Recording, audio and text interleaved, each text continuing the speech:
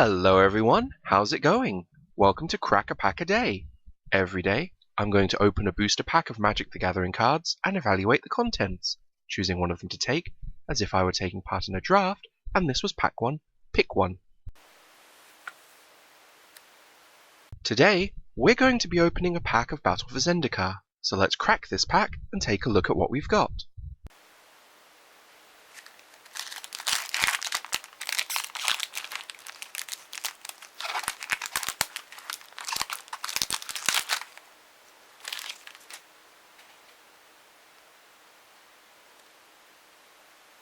Our first card is Merc Strider, a 3/2 Eldrazi processor for 3 and a blue. It has Devoid, and when it enters the battlefield, you may put a card an opponent owns from exile into that player's graveyard. If you do, return target creature to its owner's hand. The biggest problem this card has is that if you don't have any of your opponent's cards in exile by the time you cast it, it's just a 3/2 for 4, which isn't very good at all. There are going to be times when you need to play this as your turn 4 play without being able to process a card, and you're not going to be happy about that. If it could always bounce a creature, then I'd say this would be a solid first pick, but since it relies on you having ingest creatures or other ways to exile your opponent's cards, then it's simply mediocre. I won't be taking this first. Kite Sail Scout is a 1/1 core scout for white. It has flying. As a 1/1 for 1, this card would need to have a good ability in order to be worth putting in your deck, but having only flying just isn't worth it. A 1/1 with flying just doesn't have enough of a board impact to consider putting that card in your deck. I reckon this is a bad card, and I won't be picking it. Reckless Cohort is a 2/2 human warrior ally for 1 and a red. It must attack each combat if able, unless you control another ally. Despite being a 2/2 for 2, the downside of having to attack each turn makes this not such a great card. In the best case scenario, you have enough allies in your deck such that this is just a 2/2 for 2. In the worst case scenario, you're going to cast this, then be forced to run it into your opponent's 3/3 for no gain. The fact that, at best, this is a 2/2 for 2, of which there are plenty of in the set, means that the ceiling of this card isn't so high, whereas the floor is very low. I won't be taking this card. Hedhryn Blade is an artifact equipment for 1, with an equip cost of 2. The equipped creature gets +1/+1, and whenever the equipped creature gets blocked by 1 or more colorless creatures, then the equipped creature gains Death Touch until end of turn. Hedhryn Blade is a cheap equipment with a reasonably cheap equip cost, but getting +1/+1 doesn't really have enough of an impact to warrant putting this card in your deck. The second ability only works when you're attacking, which is a shame since Death Touch generally works best when you're blocking. I feel that Hedhryn Blade is a sideboard card at best, to be brought out if your opponent has a lot of big Eldrazi or Awaken spells. As a sideboard card, I won't be picking this. Bone Splinters is a sorcery for a black. As an additional cost to cast it, you have to sacrifice a creature. Destroy target creature. Whilst the mana cost is cheap, you can't underestimate the cost of sacrificing a creature.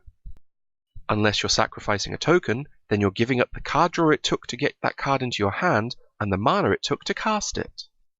In a deck with a load of Scion token makers, then you can probably afford to run 1 or 2 of these. But if you don't have those cards, then this becomes a 2 for 1 in your opponent's favor. Admittedly, you're probably trading your worst creature for his best, but it's still a 2 for 1 which you can't afford to do too often. Overall, whilst this is powerful removal, it's not efficient removal. You don't particularly want to take this first, and I won't be doing so here. Unnatural Aggression is an instant for 2 and a green.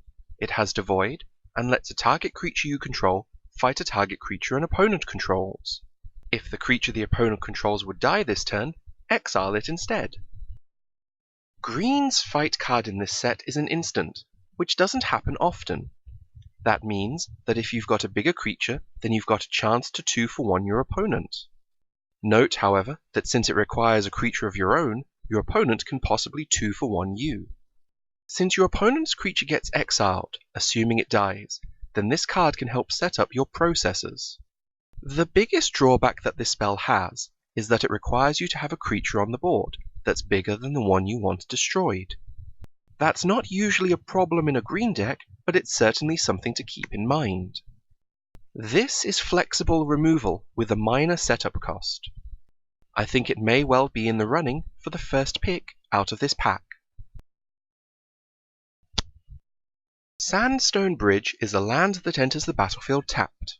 When it enters the battlefield, target creature gets +1/+1 and gains vigilance until end of turn. It also taps for a white mana. This cycle of lands that enter the battlefield tapped but give you a minor spell effect when they do are interesting. They let you put a little power into your land slots that otherwise wouldn't be there for the cost of having the land enter play tapped. In the early game, you'll play the land tapped and forego the bonus, but in the late game, the bonus will help out. How good is +1/+1 and vigilance? It's not too bad actually. It'll probably allow a creature that couldn't attack to attack, and it'll also allow it to block on your opponent's turn too, so it probably helps out the most if you're racing. Overall, this is a nice card, but it doesn't really have the power you want from a pack 1 pick 1. I'm not going to take this first. Cloud Manta is a 3/2 fish for 3 and a blue. It has flying. This seems like a fair enough card. The 2 toughness is a little on the weak side, but it's still playable. Having that 3 power in the air is nice enough that you probably won't be too sad playing this. Overall, I think this is a relatively solid card, but you're probably not going to want to take it first. Scour from Existence is an instant for 7 colorless mana. Exile target permanent. Despite being able to get rid of any creature on the board at instant speed, you have to pay 7 mana for the privilege. That's just so inefficient that it affects the card's power level. You can't afford to put these in your main deck, because if you come up against a fast aggro deck, then it'll be a dead card in your hand, and you'll probably also be dead before you can even think about casting it.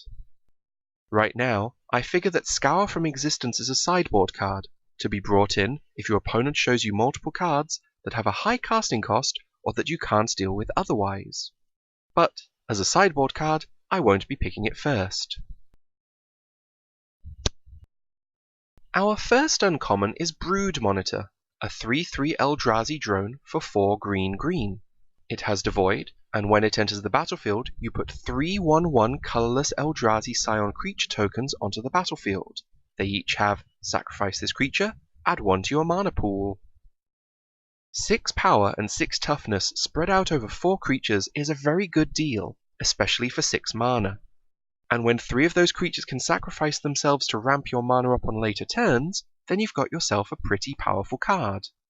Other than the fact that this is double green in its casting cost, which means you can't really splash it into a deck with very few other green cards, I can't really say anything bad about this.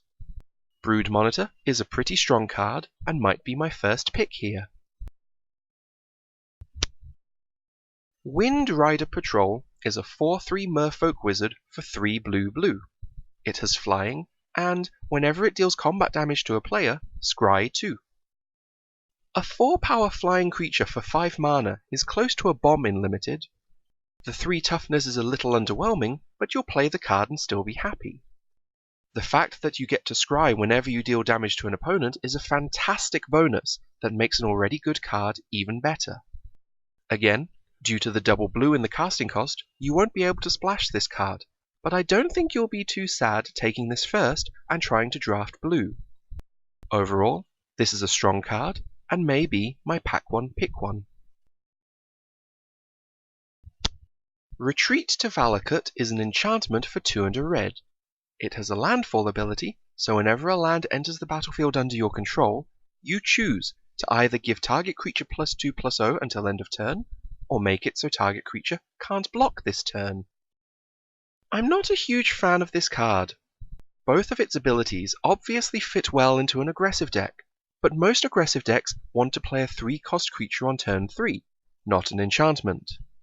In a slower deck, neither ability is especially great, unless you've got enough removal to make sure your opponent only has a single creature remaining, so you can prevent it from blocking with this.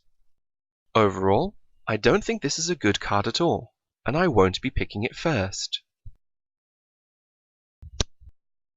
Our rare is Exert Influence, a sorcery for 4 and a blue. It has Converge, so you gain control of target creature if its power is less than or equal to the number of colors of mana spent to cast this spell. In a deck not specifically designed to take advantage of Converge, you can be pretty sure that you can affect a creature with 2 power, as most limited decks are 2 colors. That's not a terrible flaw for the card. 5 mana might seem like a lot to pay to steal a 2-power creature, but it's effectively a 2-for-1. Your opponent is down a creature, and you're up a creature. And then you can use their creature to block another. At the higher end of the Converge scale, you're capable of stealing 3 or 4-power creatures, or even 5-power creatures if you manage to get a 5-color Converge deck going. And at that point, you're gaining an awful lot of value off your one spell. This is a powerful effect, and has to be worth considering as a pack 1 pick 1. We also have a foil Inspired Charge. It's an instant that costs 2 white. Creatures you control get +2/+1 until end of turn. A mass pump spell like this works best in a deck filled with loads of cheap creatures, since you get more out of this spell the more creatures you have in play. In decks with lower creature counts or more expensive creatures, it's not quite so good. As an instant, you can surprise your opponent in either turn, making it good on the offense and on the defense. Overall, I don't think you're going to want to take this pack 1 pick 1, as you kind of need to know if you're in the right deck before taking it.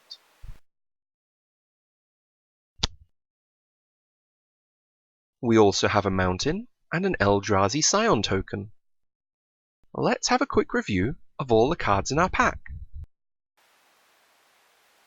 This seems like a pretty solid pack, with 4 cards that are possibly worth taking first: Unnatural Aggression, Brewed Monitor, Windrider Patrol, and Exert Influence. Unnatural Aggression seems like good, efficient removal, though there is the possibility that you might not have any creatures on the board when you want to use it. Brewed Monitor is an efficient creature with the prospect of ramping you up to your bigger plays. Windrider Patrol feels almost bomb-like as a 4-power flyer that can also help set up future draws. And Exert Influence can steal your opponent's best creature, within certain limitations. Of all of these, I think that Windrider Patrol is the most solid. All of the others are good, efficient cards, but Windrider Patrol is something that can win the game for me without needing any help from anything else. I do like the Brewed Monitor, simply because adding 4 blockers to the board can help stem the tide, but I like having a nice win condition in my deck right out of the gates. Windrider Patrol is my pack 1 pick 1. And that's about all we've got time for today. If you disagree with my choice, then please let me know in the comments below, on Facebook, or on Twitter. Have a good day now!